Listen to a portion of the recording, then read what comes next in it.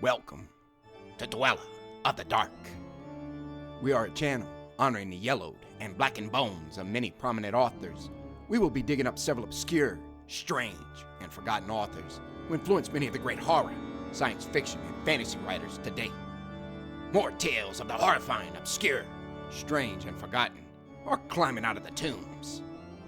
Subscribe, comment, like, donate, or I'll send Thaddeus Forge to steal your heathen soul. Unknown horror masters, send us ghoulish delights for the Skull and Bones collection. Your pound of writer's flesh will continue to feed our ghouls for now. Books, websites, podcasts, in the links below. Children of Horror, Legion of Ghouls. Tonight, The Cloak by Robert Bloch. The sun was dying, and its blood spattered the sky as it crept into a sepulchre behind the hills. The keening wind sent the dry, fallen leaves scurrying toward the west, as though hastening them to the funeral of the sun. "Nuts," said Henderson himself, and stopped thinking. The sun was setting in a dingy red sky, and a dirty, raw wind was kicking up the half-rotten leaves in a filthy gutter. Why should he waste time with cheap imagery? "Nuts," said Henderson again. It was probably a mood evoked by the day, he mused. After all, this was the sunset of Halloween. Tonight was the dreaded Allhallows Eve, when spirits walked and skulls cried out from their graves beneath the earth. Either that, or tonight was just another rotten, cold fall day. Henderson sighed. There was a time, he reflected, when the coming of this night meant something. A dark Europe, groaning in superstitious fear, dedicated this eve to the grinning unknown. A million doors had once been barred against the evil visitants. A million prayers mumbled, a million candles lit. There was something majestic about the idea, Henderson reflected. Life had been an adventure in those times, and men walked in terror of what the next turn of a midnight road might bring. They had lived in a world of demons and ghouls and elementals who sought their souls, and by heaven, in those days, a man's soul meant something. This new skepticism had taken a profound meaning away from life. Men no longer revered their souls. "Nuts," said Henderson again, quite automatically. There was something crude and 20th century about the coarse expression which always checked his introspective flights of fancy. The voice in his brain that said "nuts" took the place of humanity to Henderson. Common humanity, which would echo the same sentiment upon hearing his secret thoughts. So, now Henderson uttered the word and endeavored to forget problems and purple patches alike. He was walking down the street at sunset to buy a costume for the masquerade party tonight, and he had much better concentrate on finding the costumers before it closed than waste his time daydreaming about Halloween. His eyes searched the darkening shadows of the dingy buildings lining the narrow thoroughfare. Once again, he peered at the address he had scribbled down after finding it in the phone book. Why the devil didn't they light up the shops when it got dark? He couldn't make out numbers. This was a poor, run-down neighborhood, but after all, abruptly, Henderson spied the place across the street and started over. He passed the window and glanced in. The last rays of the sun slanted over the top of the building across the way and fell directly on the window and its display. Henderson drew a sharp intake of breath. He was staring at a costumer's window, not looking through a fissure into hell. Then why was it all red fire, lighting the grinning visages of fiends? "Sunset," Henderson muttered aloud. Of course it was. and the faces were merely clever masks, such as would be displayed in this sort of place. Still, it gave the imaginative man a start. He opened the door and entered. The place was dark and still. There was a smell of loneliness in the air, the smell that haunts all places long undisturbed, tombs and graves in deep woods and caverns in the earth, and nuts. What the devil was wrong with him anyway? Henderson smiled apologetically at the empty darkness. This was the smell of the costumer's shop, and it carried him back to college days of amateur theatricals. Henderson had known this smell of mothballs, decayed furs, grease paint, and oils. He had played amateur Hamlet, and in his hands he had held a smirking skull that hid all knowledge in its empty eyes. A skull from the costumers. Well, here he was again, and the skull gave him the idea. After all, Halloween night it was. Certainly, in this mood of his, he didn't want to go as a Raja, or a Turk, or a pirate. They all did that. Why not go as a fiend, or a warlock, or a werewolf? You could see Lindstrom's face when he walked into the elegant penthouse wearing rags of some sort. The fellow would have a fit, with his society crowd wearing their expensive Elsa Maxwell takeoffs. Henderson didn't greatly care for Lindstrom's sophisticated friends anyway. A gang of amateur knoll cowards and horsey women wearing harnesses of jewels. Why not carry out the spirit of Halloween and go as a monster?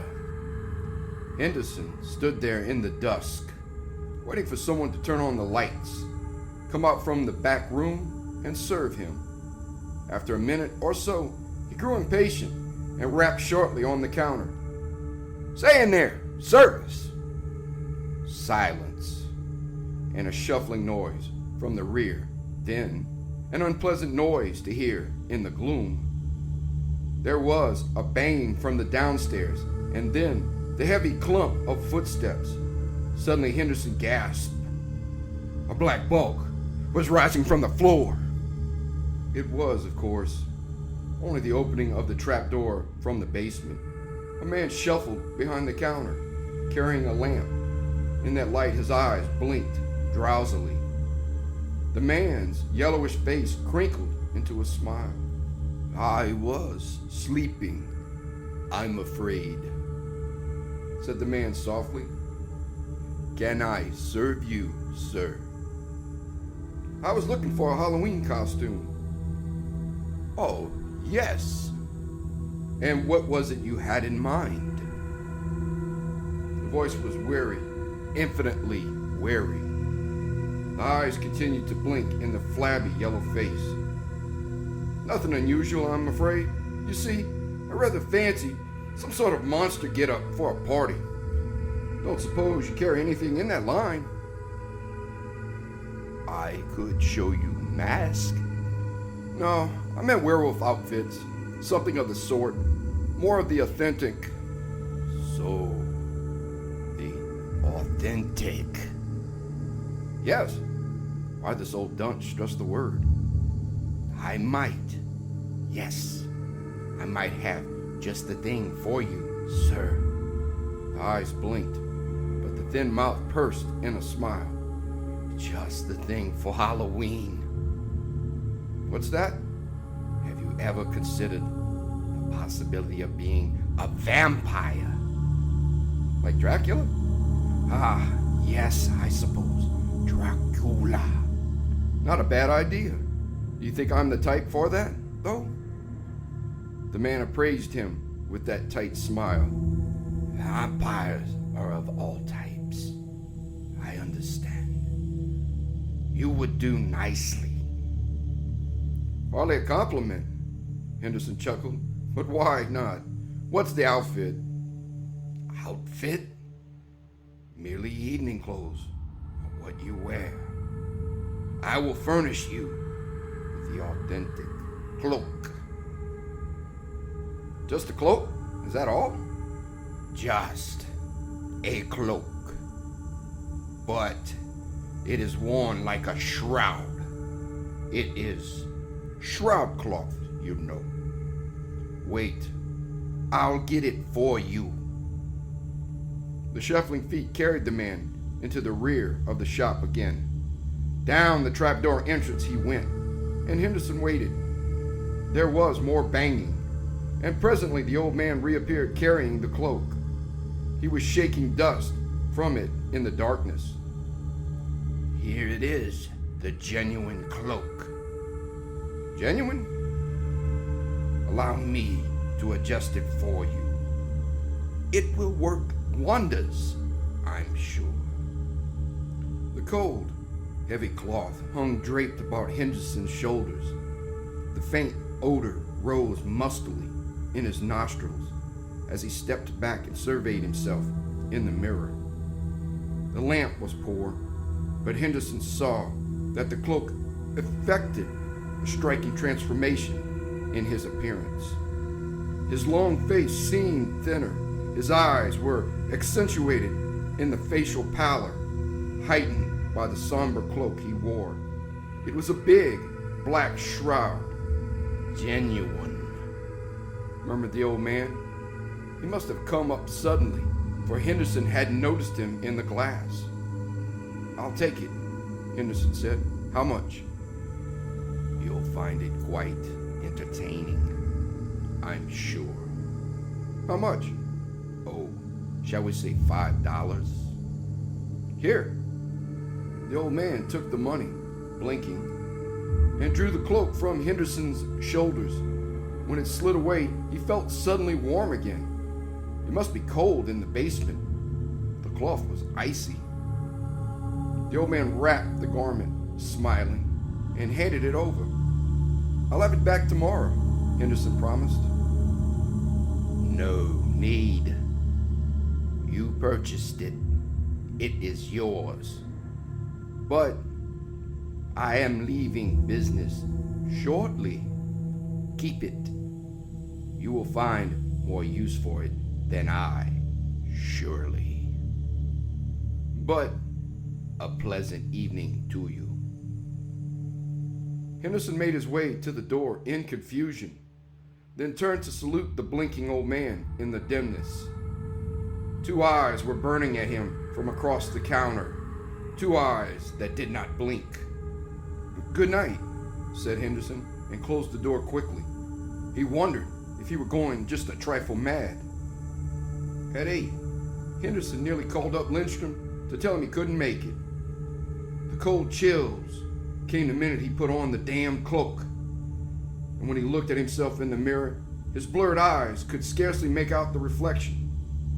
But after a few drinks, he felt better about it. He hadn't eaten, and the liquor warmed his blood. He paced the floor, attitudinizing with the cloak, sweeping it about him, and scowling in what he thought was a ferocious manner. Damn it! He was going to be a vampire, all right. He called a cab, went down to the lobby. The driver came in, and Henderson was waiting, black cloak furled. I wish you to drive me, he said in a low voice. The cabman took one look at him in the cloak and turned pale. What's that? I ordered you to come, said Henderson gutturally. While he quaked with inner mirth, he leered ferociously and swept the cloak back. Yeah, okay. The driver almost ran outside. Henderson stalked after him. Where to, boss? Sir. The frightened face didn't turn as Henderson intoned the address and sat back. The cab started with a lurch that set Henderson to chuckling deeply, in character. At the sound of the laughter, the driver got panicky and raced his engine up to the limit set by the governor.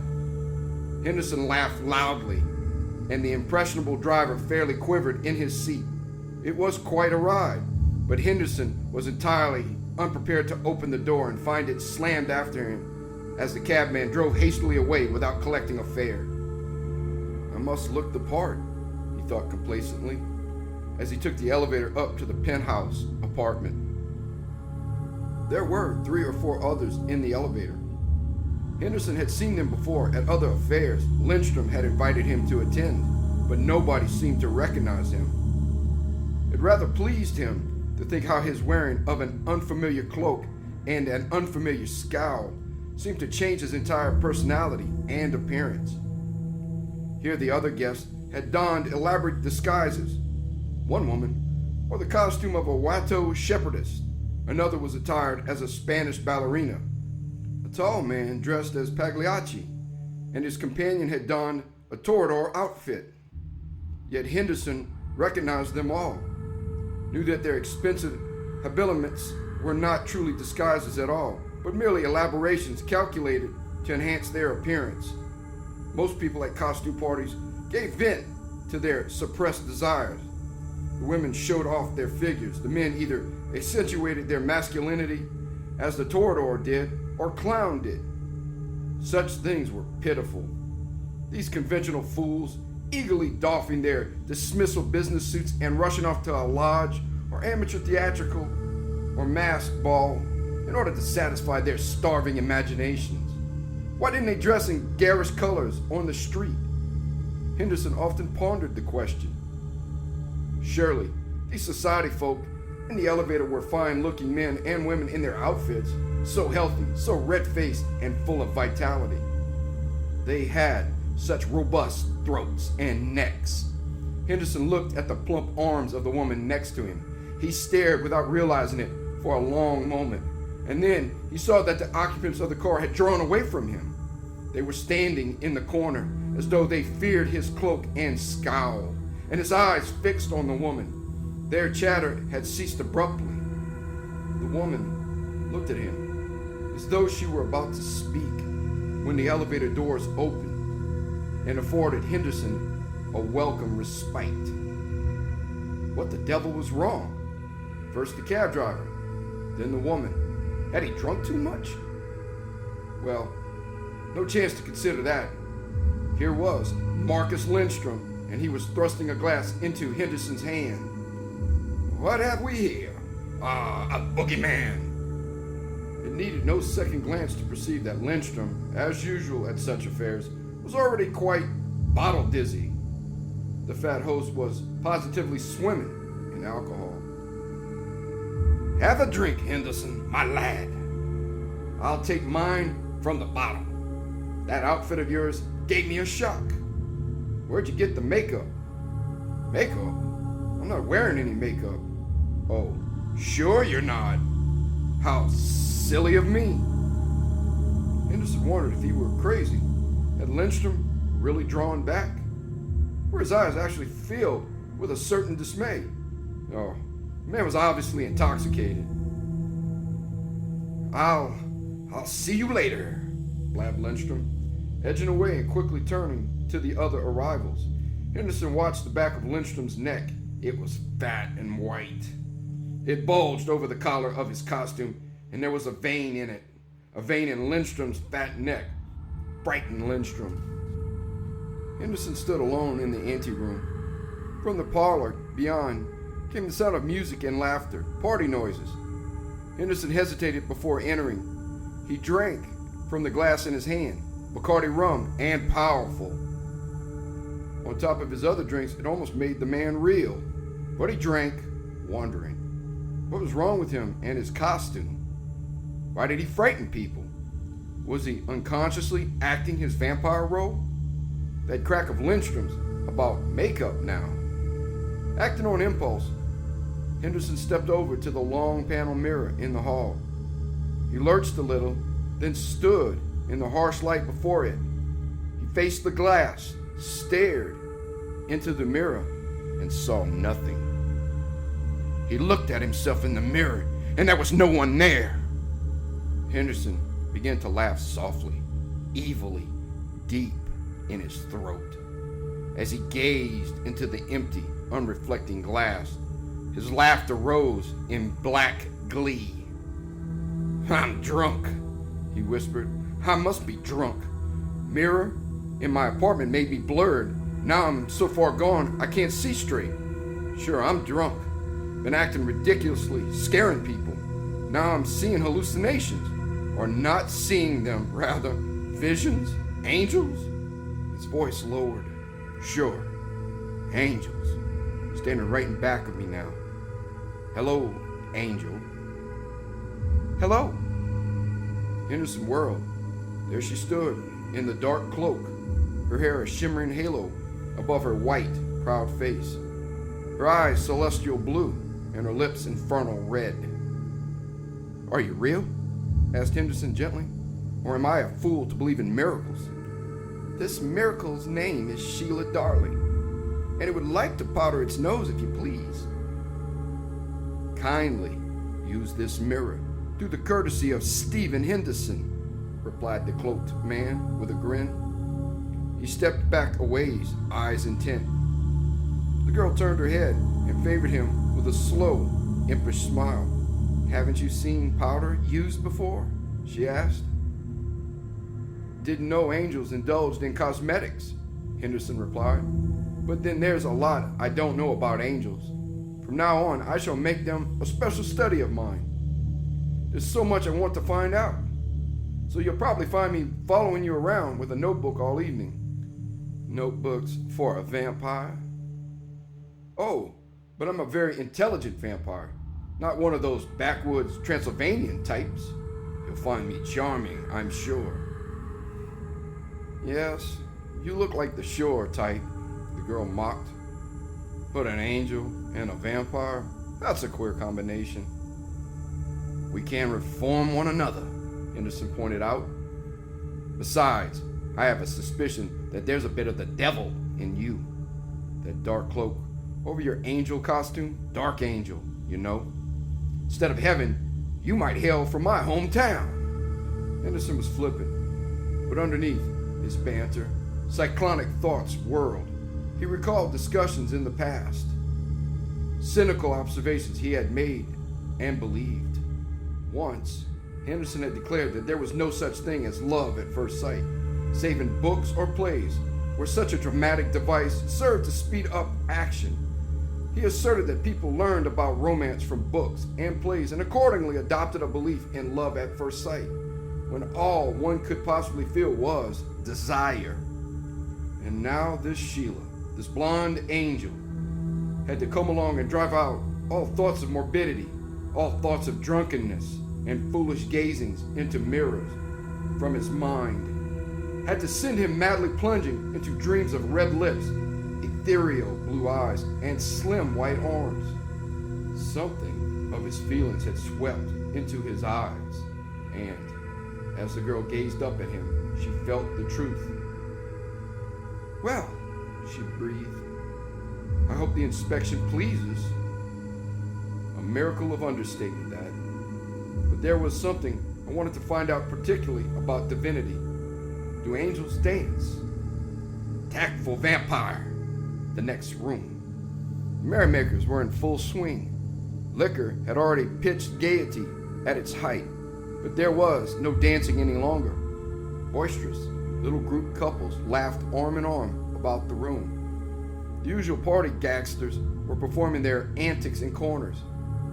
The superficial atmosphere, which Henderson detested, was fully in evidence. It was reaction which made Henderson draw himself up to full height and sweep the cloak about his shoulders. Reaction brought the scowl to his pale face, caused him to stalk along in brooding silence. Sheila seemed to regard this as a great joke. Pull a vampire act on them, she giggled, clutching his arm. Henderson accordingly scowled at the couples, sneered horrendously at the women, and his progress was marked by the turning of heads, the abrupt cessation of chatter. He walked through the long room like Red Death incarnate. Whispers trailed in his wake. Who is that man? We came up with him in the elevator, and his eyes, vampire. Hello, Dracula. It was Marcus Lindstrom, and a sullen-looking brunette in Cleopatra costume who lurched toward Henderson. Host Lindstrom could scarcely stand, and his companion in cups was equally at a loss. Henderson liked the man when sober at the club, but his behavior at parties had always irritated him. Lindstrom was particularly objectionable in his present condition, It made him boorish. My dear, I want you to meet a very dear friend of mine. Yes, sir. It being Halloween and all, I invited Count Dracula here, together with his daughter. Asked his grandmother, but she's busy tonight at a Black Sabbath, along with Aunt Jemima. Ha! Count, meet my little playmate. The woman leered up at Henderson. Ooh, Dracula, what big eyes you have. Ooh, what big teeth you have. Ooh. Really, Marcus? Henderson protested, but the host had turned and shouted to the room. Folks, meet the real goods, only genuine living vampire in captivity. Dracula Henderson, only existing vampire with false teeth.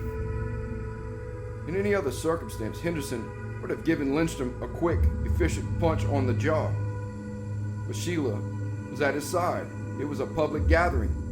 Better to humor the man's clumsy jest. Why not be a vampire? Smiling quickly at the girl, Henderson drew himself erect, faced the crowd, and frowned. His hands brushed the cloak. Funny, it still felt cold. Looking down, he noticed for the first time that it was a little dirty at the edges, muddy or dusty. But the cold silk slid through his fingers as he drew it across his breast with one long hand. The feeling seemed to inspire him. He opened his eyes wide and let them blaze. His mouth opened. A sense of dramatic power filled him, and he looked at Marcus Lindstrom's soft, fat neck with the veins standing in the whiteness. He looked at the neck, saw the crowd watching him, and then the impulse seized him. He turned, eyes on that creasy neck, that wobbling, creasy neck of the fat man. Hands darted out. Lindstrom squeaked like a frightened rat. He was a plump, sleek white rat, bursting with blood. Vampires liked blood. Blood from the rat, from the neck of the rat, from the vein in the neck of the squeaking rat. Warm blood. The deep voice was Henderson's own. The hands were Henderson's own. The hands that went around Lindstrom's neck as he spoke. The hands that felt the warmth that searched out the vein. Henderson's face was bending from the neck, and as Lindstrom struggled, his grip tightened. Lindstrom's face was turning purple. Blood was rushing to his head. That was good. Blood! Henderson's mouth opened. He felt the air on his teeth. He bent down toward that fat neck, and then, stop. That's plenty. The voice, the cooling voice of Sheila, her fingers on his arm. Henderson looked up, startled. He released Lindstrom, who sagged with open mouth. The crowd was staring, and their mouths were all shaped in the instinctive O of amazement.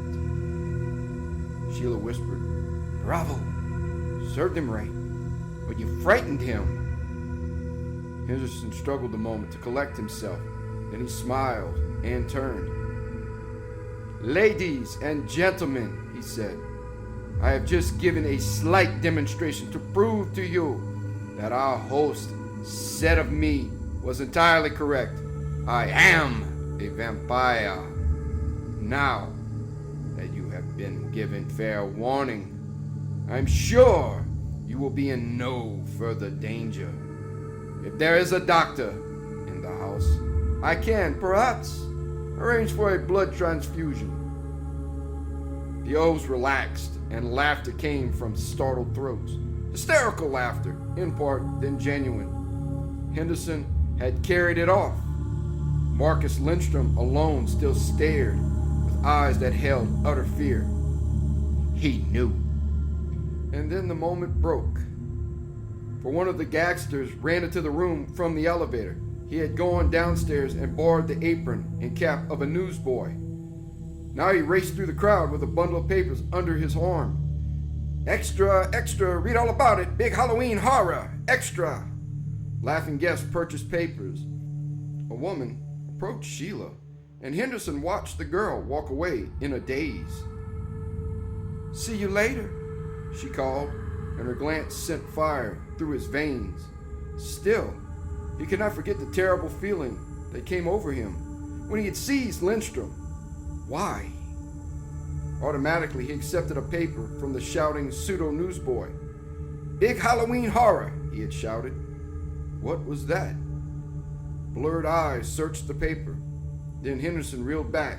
That headline. It was an extra, after all. Henderson scanned the columns with mounting dread. Fire and costumers. Shortly after 8 p.m., firemen were summoned to the shop of flames beyond control, completely demolished. Damage estimated at, peculiarly enough, name of proprietor unknown. Skeleton found in. "No!" gasped Henderson aloud. He reread that closely. The skeleton had been found in a box of earth in the cellar beneath the shop. The box was a coffin. There had been 2 other boxes, empty. The skeleton had been wrapped in a cloak, undamaged by the flames.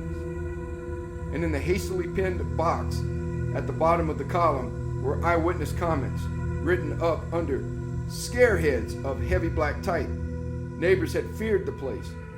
Hungarian neighborhood, hints of vampirism, of strangers who entered the shop. One man spoke of a cult believed to have held meetings in the place. Superstition about things sold there. Love filters, outlandish charms, and weird disguises. Weird disguises. Vampires? Cloaks? His eyes! This is an authentic cloak. I will not be using this much longer. Keep it. Memories of these words screamed through Henderson's brain. He plunged out of the room and rushed to the panel mirror. A moment. Then he flung one arm before his face to shield his eyes from the image that was not there. The missing reflection. Vampires have no reflections. No wonder he looked strange. No wonder arms and necks invited him. He had wanted Lindstrom. Good God! The cloak had done that. The dark cloak with the stains of earth, grave earth. The wearing of the cloak, the cold cloak, had given him the feelings of a true vampire. It was a garment, accursed, a thing that had lain on the body of one undead. The rusty stain along one sleeve was blood. Blood! It would be nice to see blood, to taste its warmth, its red light flowing. No, that was insane. He was drunk, crazy. Ah, my pale friend, the vampire. It was Sheila again. And above all horror rose the beating of Henderson's heart as he looked at her shining eyes, her warm mouth shaped in red invitation. Henderson felt a wave of warmth. He looked at her white throat rising above her dark, shimmering cloak, and another kind of warmth rose. Love, desire, and a hunger. She must have seen it in his eyes, where she did not flinch. Instead, her own gaze burned in return. Sheila loved him too. With an impulsive gesture, Henderson ripped the cloak from about his throat. The icy weight lifted. He was free. Somehow he hadn't wanted to take the cloak off, but he had to. It was a cursed thing, and in another minute, he might have taken the girl in his arms, taken her for a kiss, and remained too. But he dared not think of that. Tired of masquerading? She asked. With a similar gesture, she too removed her cloak and stood, revealed in the glory of her angel robe. Her blonde, statuesque perfection forced a gasp to Henderson's throat. Angel, he whispered. Devil, she mocked. And suddenly they were embracing. Henderson had taken her cloak in his arm with his own. They stood with lips seeking rapture until Lindstrom and her group moved noisily into their anteroom. At the sight of Henderson, the fat host recoiled. "You," he whispered. "You are." "Just leaving," Henderson smiled, grasping the girl's arm. He drew her toward the empty elevator, the door shut on Lindstrom's pale, fear-filled face. "Where are we leaving?" Sheila whispered, snuggling against his shoulder. "We were, but not for Earth. We do not go down into my realm, but up into yours." "The garden roof?" "Exactly, my angelic one. I want to talk to you against the background of your own heavens, kiss you amidst the clouds," and her lips found his as the car rose. Angel and devil, what a match! "I thought so too," the girl confessed. "Will our children have halos or horns?" "Both, I'm sure." They stepped out onto the deserted rooftop, and once again it was Halloween. Henderson felt it. Downstairs it was Lindstrom and his society friends in a drunken costume party. Here it was night, silence, gloom. No light, no music, no drinking, no chatter, which made one party identical with another. One night like all the rest. This night was individual here. The sky was not blue, but black. Clouds hung like the gray beards of hovering giants, peering at the round orange globe of the moon. A cold wind blew from the sea and filled the air with tiny murmurings from afar. This was the sky that witches flew through to their Sabbath. This was the moon of wizardry, the sable silence of black prayers and whispered invocations. The clouds hid monstrous presences, shambling in summons from afar. It was Halloween. It was also quite cold. "Give me my cloak," Sheila whispered.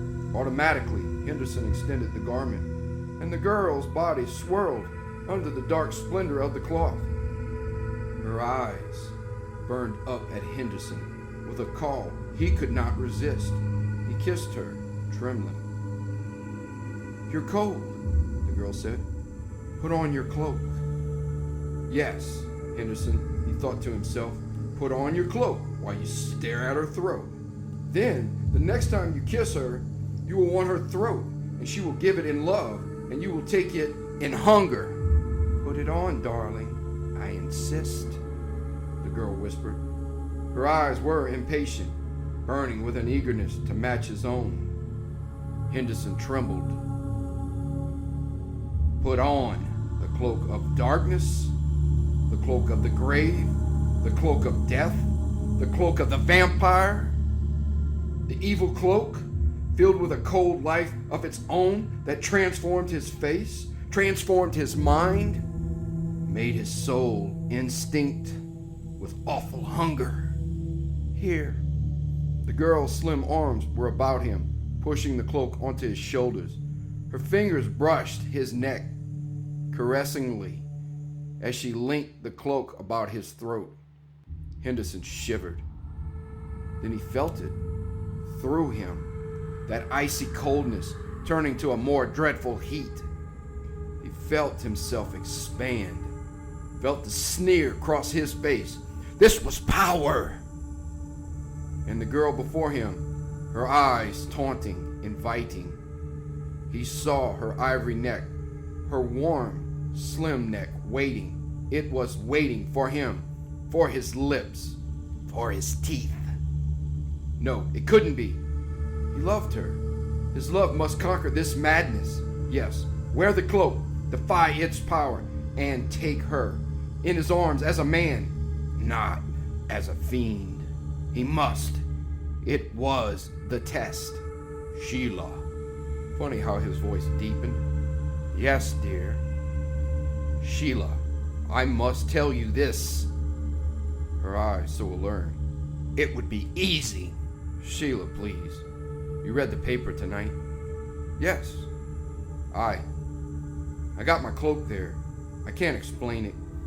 You saw how I took Lindstrom. I wanted to go through with it.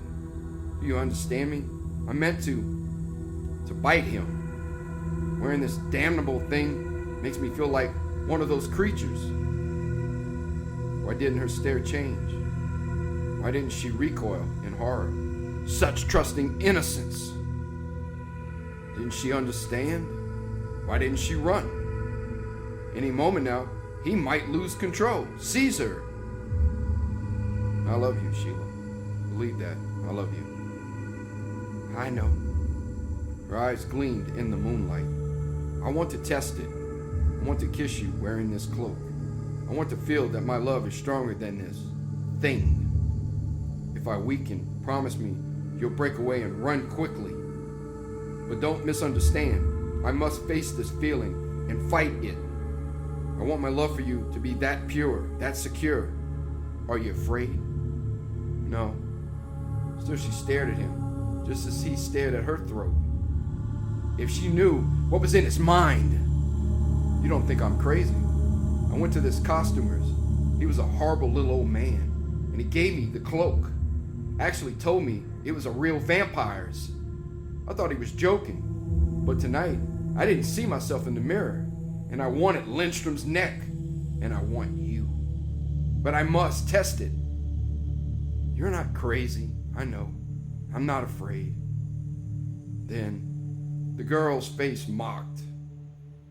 Henderson summoned his strength. He bent forward, his impulses battling. For a moment, he stood there under the ghastly orange moon, and his face was twisted in struggle. And the girl lured. Her odd, incredibly red lips parted in a silvery, chuckly laugh as her white arms rose from the black cloak she wore to circle his neck gently. I know. I knew when I looked in the mirror. I knew you had a cloak like mine. Got yours where I got mine. Queerly, her lips seemed to elude his as he stood frozen for an instant of shock. Then he felt the icy hardness of her sharp little teeth on his throat, a strangely soothing sting, and an engulfing blackness rising over him.